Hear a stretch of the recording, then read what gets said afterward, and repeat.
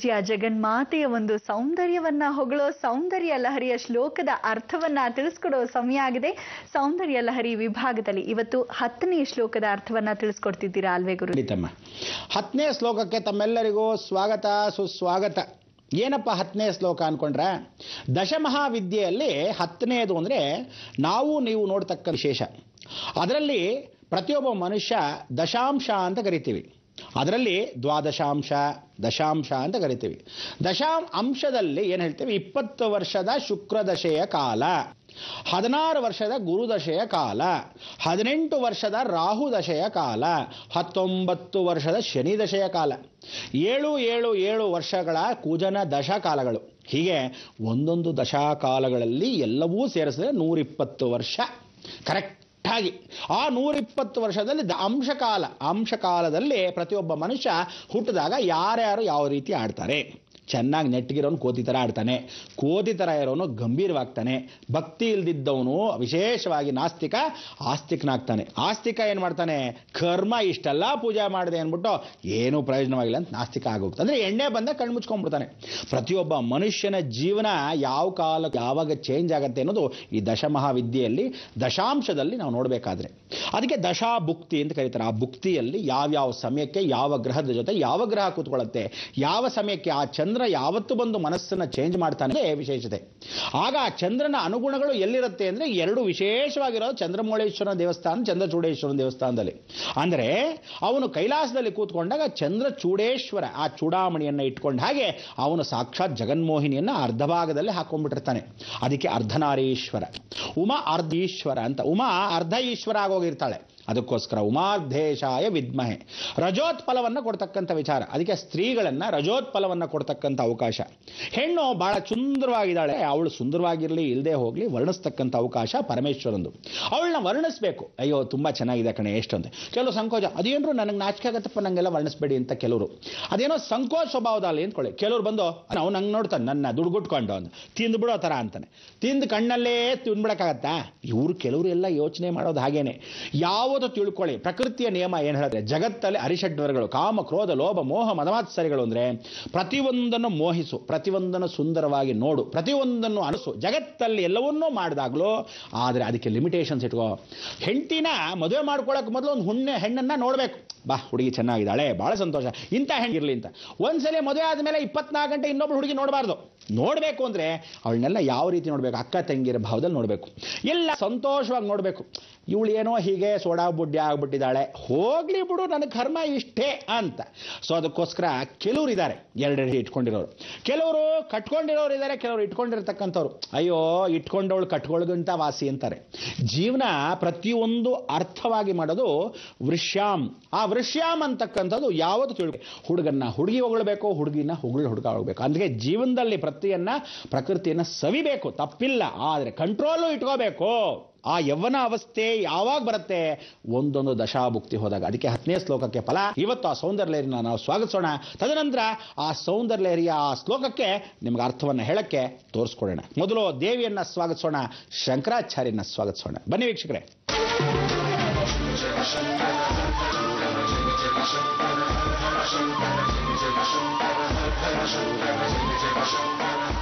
ಕುಲೋತಾತ್ಮಿಕ ಅಂದಾಗ ಏನು ಹೇಳ್ತಾಳೆ? ಇಂಥ ಒಂದು ರೂಪಿಣಿ ಯೋಗಿನಿ ಶಕ್ತಿಯಲ್ಲಿ ಇರ್ತಾಳಂತೆ. ಅಂದರೆ ಅವಳು ರೂಪವನ್ನು ಅವಾಗವಾಗ ಬದಲಾಯಿಸ್ತಾಳಂತೆ. ಹೆಣ್ಣಿನ ರೂಪನೇ ಹಾಗಂತೆ.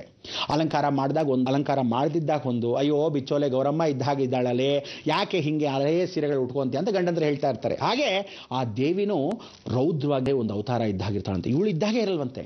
ಸೌಮ್ಯವಾಗಿದ್ದಾಗ ಒಂಥರ ಇರ್ತಾಳಂತೆ, ಒಂಥರ ಇದ್ದಾಗ ರೌದ್ರತೆ ಕ್ರೋಧತೆ ಎರಡೂ ಬಿಟ್ಟು ಹಾಸ್ತಿದ್ದಾಗ ಆ ನಗತಾ ಇದ್ದಾಗ ಭಯಂಕರವಾಗೂ ಇರ್ತಾಳಂತೆ. ಅದಕ್ಕೆ ದೇವಿನ ಯಾವ ರೀತಿ ನೋಡ್ತೀವಿ, ನಮ್ಮಲ್ಲಿ ಇರತಕ್ಕಂಥ ಭಾವನೆಗಳು ಅವಳು ರೌದ್ರದಲ್ಲಿದ್ದರೂ ಹತ್ತಿರಕ್ಕೆ ಹೋಗಕ್ಕಾಗದೇ ಇರುವಂಥ ಯವ್ವನ ನೀವುಗಳು ಪಡಿಬೇಕು. ಯಾವಾಗ?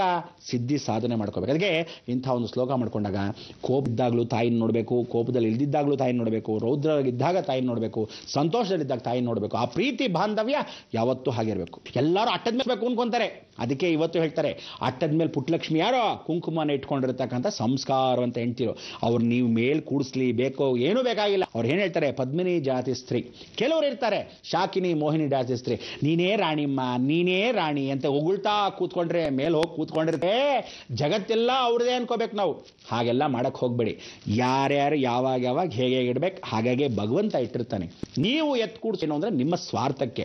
ಅದಕ್ಕೆ ಈ ಶ್ಲೋಕಗಳನ್ನ ಪರಿಪೂರ್ಣವಾಗಿ ಗಂಡಸರು ಆ ಸೌಂದರ್ಯ ಹೇಳ್ಕೊಂಡಾಗ, ನಿಜವಾದ ಹೆಂಡತಿರು ಈ ಶ್ಲೋಕವನ್ನು ಹೇಳ್ಕೊಂಡಾಗ ಆ ಗಂಡ ಹೆಂಡತಿರ ಬಾಂಧವ್ಯ ಅಷ್ಟು ಚೆನ್ನಾಗಿರುತ್ತೆ, ಪಾರ್ವತಿ ಪರಮೇಶ್ವರ ತರ. ಏನಂತೀರಾ? ಶ್ಲೋಕವನ್ನು ನೋಡೋಣ, ಲಾಲ್ಸನ ಪಾಲ್ಸೋಣ. ಬನ್ನಿ ವೀಕ್ಷಕರೇ. ಸುಧಾಧಾರಾಸಾರೈಗೆ ಚರಣಯುಗಳಾಂತರ್ವಿಗಳಿತೈ ಪ್ರಪಂಚಂ ಸಿಂಚಂತಿ ಪುನರಪಿ ರಸಾಮ್ನಾಯಮಹಸಃ ಅವಾಪ್ಯ ಸ್ವಾಂ ಭುಜಗನಿಭಂ ಅಧ್ಯುಷ್ಟವಲಯಂ ಸ್ವಮಾತ್ಮಾನಂ ಕೃತ್ವಾ ಸ್ವಭಿಷಿಕುಲಕುಂಡೇ ಕುಹರಿಣೀ ಸುಧಾಧಾರಾಸಾರೈಃ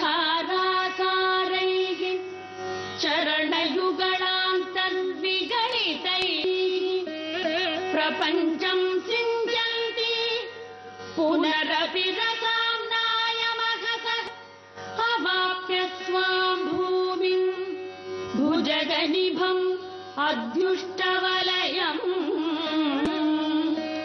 ಸ್ವಮಾತ್ಮಾನಂ ಕೃತ್ವಾ ಸ್ವಭಿಷಿಕುಲಕುಂಡೇ ಕುಹರ್ಣೀ.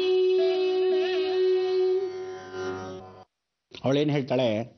ಅವಾಪ್ಯ ಸ್ವಾಹಂ ಭೂಮಿ ಅಂದ್ರೆ ಆ ಭೂಮಿ ಅಂತಕ್ಕಂಥದ್ದು ಎಷ್ಟು ವಿಶೇಷ ಅಂದ್ರೆ, ಪಾಪಿಷ್ಟ ನಾವೆಲ್ಲರೂ ಇಲ್ಲಿ ಕೂತಿದ್ದೀವಿ, ಒಂದೊಂದು ಕೋತಿ ಚೇಷ್ಟೆಗಳನ್ನ ಮಾಡ್ತಾ ಇರುತ್ತವೆ. ಆದರೂ ಸಹಿಸ್ಕೊಂಡಿರ್ತಕ್ಕಂಥ ಭೂಮಿ ಅವಾಪ್ಯಾಂ ಸ್ವಹಂ, ಆ ಸ್ವಾಹಂ ಅಂತಕ್ಕಂಥ ಅವಳು ಸ್ವೀಕರಿಸ್ಕೊಂಡಿದ್ದಾಳಂತೆ. ಅವಳಷ್ಟು ನಿಜವಾಗ್ಲಿ ಜಗನ್ಮಾತೆ ಭೂದೇವಿ ಎಷ್ಟು ಚೆನ್ನಾಗಿ ಅವಳು ಸಹಿಸ್ಕೊಂಡಿದ್ದಾಳೆ ನಮ್ಮನ್ನೆಲ್ಲ ಅಂದರೆ, ನಿಜಕ್ಕೂ ಅಷ್ಟೂ ಜನನ ಒಂದು ಸೌಭಾಗ್ಯವತಿಯಾಗಿರ್ತಕ್ಕಂಥ ಅವಳು ಇವಳು ಹೇಳ್ತಾಳೆ, ಪ್ರಕೃತಿಯನ್ನು ವಿರೋಧಿಸಿದ್ರೆ ಆ ರೀತಿ ವಿರೋಧಕ್ಕೆ ಎಂದಿಗೂ ಎದುರು ನಿಂತು ಜಗನ್ಮಾತೆ ಒಬ್ಬಳೇ ಅಂತೆ. ಅದಕ್ಕೆ ಅವಳನ್ನ ಆ ಪ್ರಕೃತಿಯ ಮುಖಾಂತರದಲ್ಲಿ ಸ್ವೀಕರಿಸಬೇಕು. ಪ್ರತಿಯೊಂದು ಹೆಣ್ಣನ್ನ ಪ್ರಕೃತಿಗೆ ವರ್ಣಿಸಬೇಕು, ಪ್ರಕೃತಿಯನ್ನ ಹೆಣ್ಣಲ್ಲಿ ನೋಡಬೇಕು. ಜಗತ್ತು ಇಂತಹ ಒಂದು ಸೃಷ್ಟಿಯ ಮೂಲವನ್ನ ಎಂದಿಗೂ ನಿಲ್ಲಿಸದೆ ಸೌಂದರ್ಯವನ್ನ ವರ್ಣಿಸ್ತಾ ಇರಬೇಕು. ಇದು ಈ ಅರ್ಥದ ಮೂಲ. ಅಂದ್ರೆ ಹೆಂಡತಿ ಗಂಡ ಮದುವೆ ಆದಾಕ್ಷಣಕ್ಕೆ ಹೆಂಡತಿನ ಹೊಗಳದೆ ಇನ್ಯಾವ ಕಾಲಕ್ಕೆ?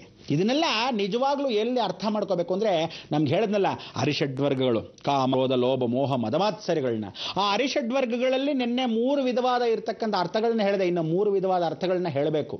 ಆಗ ಅರ್ಥವಾಗತ್ತೆ ಈ ಜೀವನದ ಜಗತ್ತು. ಪ್ರತಿಯೊಬ್ಬನು ಇವತ್ತಿನ ದಿವಸ ಮದುವೆ ಮಾಡ್ಕೊಂಡಿದ್ದೇ ಸೃಷ್ಟಿಯ ಮೂಲಕ್ಕೋಸ್ಕರ. ಸೃಷ್ಟಿಯ ಮೂಲ ಏನ್ ಹೇಳ್ತಾನೆ? ಬ್ರಹ್ಮ ಬರದ ಗಂಟು. ಏನ್ ಹೇಳ್ತಾನೆ? ಅವನ ಹಣೆ ಬರದಲ್ಲಿ ಬರೆದಿಟ್ಬಿಟ್ಟಿರ್ತಾನೆ, ಇವನಿಗೆ ಇವಳೇ, ಇವಳಿಗೆ ಇವನೇ ಅಂತ. ಆಗ ನೀನು ಸಹಕರಿಸದಿದ್ದರೆ ಪ್ರಯೋಜನವೇನು? ನಾರಿಯ ಪ್ರಥಮ ಧರ್ಮವೇ ಅದು ಅಂತ ಒಂದು ಸೌಂದರ್ಯ ಹರಿಯಲಿ ಈ ಅರ್ಥ ಸಂಕ್ಷಿಪ್ತವಾಗಿ ಅರ್ಥವಾಗೋ ಥರ ಹೇಳಿರ್ತಕ್ಕಂಥದ್ದು. ತಾತ ಅಜ್ಜಿ ಅಂದ್ರೆ ಏನು ಮಾಡ್ತಾರೆ? ಇನ್ಫೆಕ್ಟಿ ಮಕ್ಕಳಿಗೆ ಹೇಳ್ಕೊಡಲ್ಲ, ಮಕ್ಕಳಾದವರು ಮೊಮ್ಮಕ್ಕಳಿಗೆ ಹೇಳ್ಕೊಡಲ್ಲ. ಅಜ್ಜಿ ತಾತಂದ್ರು ಅಕಸ್ಮಾತ್ ತೀರಾ ಫ್ರ್ಯಾಂಕ್ ಆಗಿದ್ದ ಪಕ್ಷದಲ್ಲಿ ಮೊಮ್ಮಕ್ಕಳಿಗೆ ಅರ್ಥವನ್ನು ಹೇಳೋ ಕೆಲವು ತಾತಂದಿರ್ತಾರೆ. ಅದಕ್ಕೆ ನೋಡಿ, 60 ವರ್ಷದ ಆದ ಮೇಲೆ ಹುಡುಗ ಮತ್ತೆ ತಿರುಗಿ ಯವ್ವನಾವಸ್ಥೆಗೆ ಬಂದ್ಬಿಟ್ನೇನೋ ತಾತಪ್ಪ ಅನ್ಕೊಳ್ಳುತ್ತೆ. ಅದಕ್ಕೆ ಬಾಯಿ ಚಪಲ ಚೆನ್ನಿಗ್ರಾಯರು ಹಲ್ಲಿಲ್ದೇ ಇದ್ರೂ ಪಕ್ಕದಲ್ಲಿರ್ತಕ್ಕಂಥ ಹುಡುಗಿ ನೋಡ್ತಾನೆ. ಯಾಕಂದ್ರೆ ಅವ್ನಿಗೆ 80 ವರ್ಷ ಅಂದ್ರೆ ನೀವು 80 ವರ್ಷ ಅನ್ಕೋಬಾರ್ದು, 60 ಮೇಲೆ 20 ವರ್ಷ ಈಗ ನಡೀತಾ ಇದೆ ಅವನಿಗೆ. ಅದಕ್ಕೆ ಪುನರಪಿ ಜನನಂ, ಆ ಪುನರ್ ಜನನಂ ಏನ್ ಹೇಳ್ತಾನೆ? ಹುಡುಗನಿಗೆ ಕುಹಿರಿಣಿ ಅಂದ್ರೆ ಏನರ್ಥ? ಕುಹರಿಣಿ ಎಂದ ಕ್ಷಣದಲ್ಲಿ ಕುಹುಕು ಬುದ್ಧಿಯನ್ನ ಮತ್ತೆ ಉಂಟಾಗ್ತಾನೆ. ಅದಕ್ಕೆ ಮನಸ್ಸು ಚಂಚಲ ಆಗದಾಗ ಈ ಮನಸ್ಸಿನ ಸ್ಥಿರತೆಯನ್ನು ತರತಕ್ಕಂಥ ಈ ಸೌಂದರ್ಯರಿ ಹೆಣ್ಣು ಮಕ್ಕಳಿಗೂ ಗಂಡು ಮಕ್ಕಳಿಗೂ ಇಬ್ಬರಿಗೂ ಸೇರಿರ್ತಕ್ಕ 10ನೇ ದಶಾಂಶ. ಅದಲ್ಲೇನು ಹೇಳ್ತಾನೆ? ಪುನರಪಿ ಪದೇ ಪದೇ ಯಾವಾಗಲೂ ಜ್ಞಾಪಿಸ್ಕೊತಾ ಇರಿ ಜೀವನವನ್ನ. ಹಳೆದಿನ ಮೆಲುಕು ಹಾಕ್ಕೊಳ್ಳಿ. ಅವತ್ತು ಮುಂದಿನ ಜೀವನದಲ್ಲಿ ಅವನು ಕಾರ್ ತೊಗೊಂಡಿದ್ದಾನೆ, ಅವನು ಬಂಗ್ಲಾ ಮಾಡ್ಕೊಂಡಿದ್ದಾನೆ ಮುಖ್ಯ ಅಲ್ಲ, ನಾನು ಹೇಗಿದ್ದೆ ಇವತ್ತು ಹೇಗಿದ್ದೀನಿ, ಭಗವಂತ ಚೆನ್ನಾಗಿಟ್ಟಿದ್ದಾನೆ, ಇನ್ನಷ್ಟು ಚೆನ್ನಾಗಿಡ್ಲಿ ಅಂತ ಪ್ರಾರ್ಥನೆ ಮಾಡ್ಕೋಬೇಕು ಹೊರತು ಅವನ ಥರ ಇಡು ಅವನ ಥರ ಇರು ಅಂತ. ಅಂದ್ರೆ ಜಗತ್ತಲ್ಲಿ ಎಲ್ಲರಿಗೂ ಬುದ್ಧಿ ಕೊಟ್ಟಿದ್ದಾನೆ. ಆ ಬುದ್ಧಿಯನ್ನ ನೀವುಗಳು ಉಪಯೋಗಿಸ್ಕೋಬೇಕು ನಿಮ್ಮಲ್ಲಿರ್ತಕ್ಕಂಥ ಆಂತರಿಕ ಸೌಂದರ್ಯವನ್ನು ನೋಡ್ತಾ. ಏನಂತೀರಾ? ಸಂತೋಷವೇ? ಇನ್ನೇನು ಸ್ವಲ್ಪದಲ್ಲೇ ನಾವು ಮೂಡುತ್ತಾ ಅನುಗ್ರಹವನ್ನ ಪಡಿತಕ್ಕಂಥ 3 ಶ್ಲೋಕಗಳು ರಾಜಾರವಾಗಿರ್ತಕ್ಕಂಥದ್ದು. ನೀವು ಅದನ್ನು ಕೇಳ್ಬಿಟ್ರೆ ಆನಂದ ಪಟ್ಬಿಡ್ಬೋದು. ಮೊದಲೇ ಇನ್ನೊಂದ್ಸಲ ಮೆಲುಕು ಹಾಕ್ತೀನಿ, ತದನಂತರ ಕೇಳ್ಕೊಳ್ಳುವಂತೆ ವಿರಾಮ ತಗೊಂಬನ್ನಿ. ಗುರುಜಿ, ನಮ್ಮದೇ ಆದ ಒಂದು ಪ್ರತಿಭೆಯ ಛಾಪನ್ನ ಮೂಡಿಸ್ಬೇಕು, ಅನುಕರಣೆ ಸಲ್ಲದು ಅಂತ ಹೇಳಿದ್ರಿ. ಜೊತೆಗೆ ಈ ಒಂದು 10ನೇ ಶ್ಲೋಕ ಮನಸ್ಸಿನ ಸ್ಥಿರತೆಯನ್ನ ಕಾಪಾಡತ್ತೆ ಅಂತ ಕೂಡ ತಿಳಿಸಿದೆ.